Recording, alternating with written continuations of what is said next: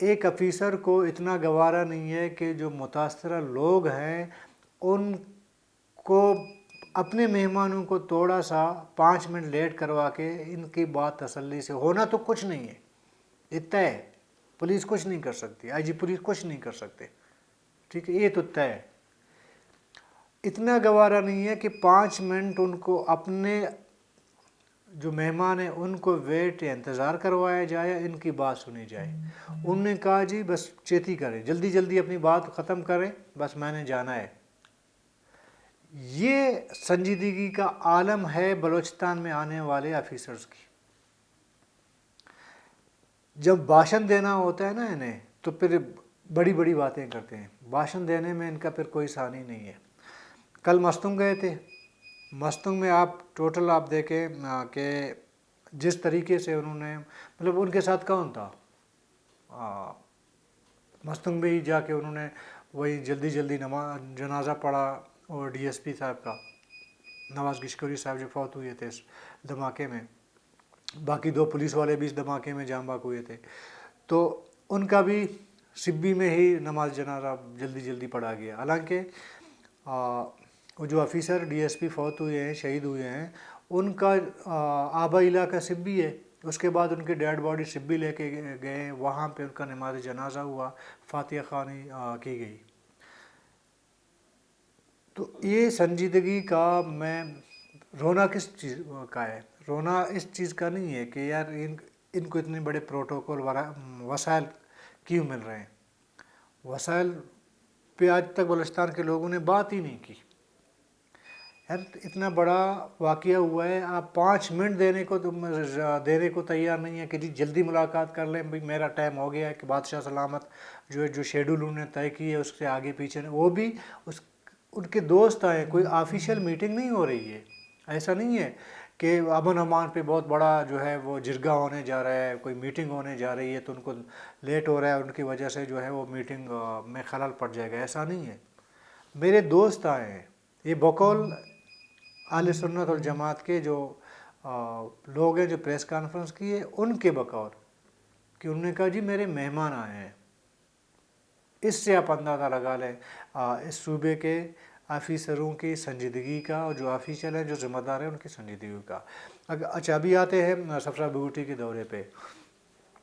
کل دھماکہ ہوا، ہونا تو یہ چاہیے تھا کہ میر سرفراز بگٹی خود بلوچستان سے ان کا تعلق ہے، اس کو بلوچستان کل ہی آ جانا چاہیے تھا، نہ صرف کوئٹہ آ جانا چاہیے تھا بلکہ اس کو مستنگ جانا چاہیے تھا، تمام جو ہاسپٹلز ہیں وہاں کا دورہ کر لینا چاہیے تھا، لیکن وہ آ جائیں، کچھ ان کے روایتی میٹنگ ہو گئے، اور اس کے بعد وزیر اعلیٰ سیکریٹریٹ میں ایک پریس کانفرنس رکھا گیا تھا۔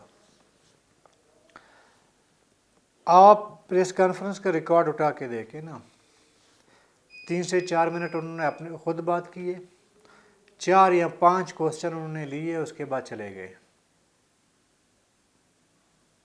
اور جذباتی وہ جو پرانے طرز کے ان کے جذباتی تقریر ہوتے ہیں، وہ جذباتی تقریر کروا کے کہ ہم نہیں چھوڑیں گے، ہم کو پتہ ہے یہ کہاں چھپے ہوئے ہیں، بلوں سے نکالیں گے، کمر توڑ دی ہے، فلانا فلانا فلانا، سمجھ گئے۔ 1-2 سوالات ہوئے، اس سوال میں ایک سوال ان سے پوچھا گیا کہ آیا آپ سیکورٹی لیپس مانتے ہیں کہ مستنگ میں سیکورٹی لیپس کی وجہ سے یہ واقعہ پیش آیا؟ اس کا جواب انہوں نے نہیں دیا۔ تمام زور یہ ہے کہ بیرونی سازش ہے، کمر توڑ دیں گے، چھوڑیں گے نہیں، ان کے بلوں میں گھس کے ان کو ماریں گے، جہاں چھپے ہیں بلوں سے نکالیں گے۔ یہ سارے بھاشن ہم اے پی ایس ہوا تھا پشاور میں، اس ٹائم ہم سنتے رہے ہیں، اور تب سے 15-20 سالوں سے ہم یہ تو ڈیلی سن رہے ہیں۔ ہمیشہ دہشت گردوں کی کمر توڑی جاتی ہے، پھر یہی دہشت گرد رینگتے آ کے دھماکہ کر کے ہم عوام کی کمر توڑ دیتے ہیں، اور یہ آ کے جذباتی تقریر کر کے چلے جاتے ہیں۔ یہاں پہ ایک سوال سرفراز بگٹی صاحب سے ہوا کہ جی بلوچستان ہو یا شمالی علاقہ جاتے ہیں، وہاں پہ تو آلریڈی ایک آپریشن کا سما ہے، ظاہر ہے کہ ایک جنگ تو ہے نا، چل رہا ہے، آپریشن بھی ہو رہا ہے، سب کچھ ہو رہا ہے، تو نیا کیا آپریشن کا طریقہ کار کیا ہوگا، کیا آپریشن کریں گے؟ ان کا یہ جواب تھا ظاہر ہے کہ ایک تو یہ ہے کہ جی بیرونی سازشیں وغیرہ، ایک ہی ہینڈلر ہے وغیرہ، ہم ایئر اسٹرائک بھی کریں گے۔ تو سوال کا مطلب یہ تھا کہ آپ کہتے ہیں کہ جی افغانستان میں ان کے ظاہر جو پناہ گاہیں ہیں وہ تو افغانستان میں ہیں، اور تو کیا ایئر اسٹرائک افغانستان بھی ہوں گے؟ اگر آپ اس کا پورا اسپیچ دیکھیں، یہ کوئی مطلب آپ یوں سمجھیں کہ ایز ایک وزیر داخلہ ایک دوسرے ملک، جو آپ کا برادر ملک جسے آپ کہتے ہیں افغانستان، اس کے ساتھ تعلقات ٹھیک کرنا چاہتے ہیں وغیرہ، ان کے ساتھ اگر یہ اسپیچ ان کا دیکھیں نا، اس کو آپ کبھی بھی آپ اس کو ڈپلومیٹک آپ اس کو اسٹیٹمنٹ یا بیان تصور نہیں کریں گے۔ ایئر اسٹرائک ابھی آپ افغانستان میں کرنے کی دھمکی دے رہے ہیں، مجھے نہیں پتا کہ جذباتی انہوں نے کہہ دیا یا کوئی فیصلہ ہوا ہے، مجھے نہیں لگتا کہ ریاستی حوالے سے کوئی اس طرح کا فیصلہ ہوا ہو کہ جی ہم افغانستان بھی ایئر اسٹرائک کریں گے، اور ہمارے وزیر داخلہ صاحب کہتے ہیں جی ہم افغانستان بھی ایئر اسٹرائک کریں گے۔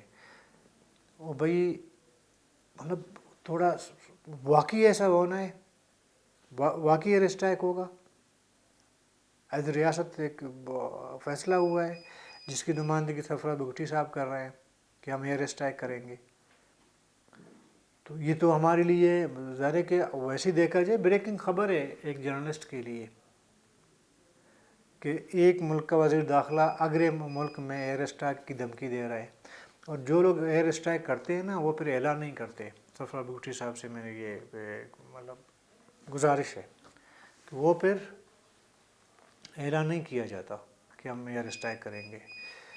مسئلہ یہ ہے کہ سیکورٹی لیپس تھا، ابھی اس کو سرفراز بگٹی صاحب بھی چھپا رہے ہیں، آپ کا نگراں صوبائی حکومت بھی چھپا رہی ہے۔ اچھا کل کی میں بات کرتا ہوں، کل وزیر داخلہ صاحب نے جو پریس کانفرنس کی، ٹوٹل یار 1.5 منٹ کی اس نے پریس کانفرنس کی ہے، 1.5 منٹ اس نے بات کی ہے ٹوٹل، کوسچن آنسر اپنی اسپیچ 1.5 منٹ کا ہے، اور اب تک آپ کا وزیر اعلیٰ جو ہے مستنگ نہیں گئے، کسی ہاسپٹل میں جا کے انہوں نے چیک نہیں کیے، لوگوں کی عیادت نہیں کی ہے، نہ مستنگ میں کسی لوائقین کے پاس گئے، اور جو ڈی ایس پی صاحب اس کے اپنے علاقے سے نہ ان کی فاتحہ خوانی کے لیے گئے، نہ مستنگ دھماکے کی جو جائے وقوع ہے وہاں گئے، نہ مستنگ کے اسپتال میں گئے، نہ لوگوں کو کوئی تسلی تھی۔ یہ آپ کے نگران وزیر اعلیٰ کا حال ہے۔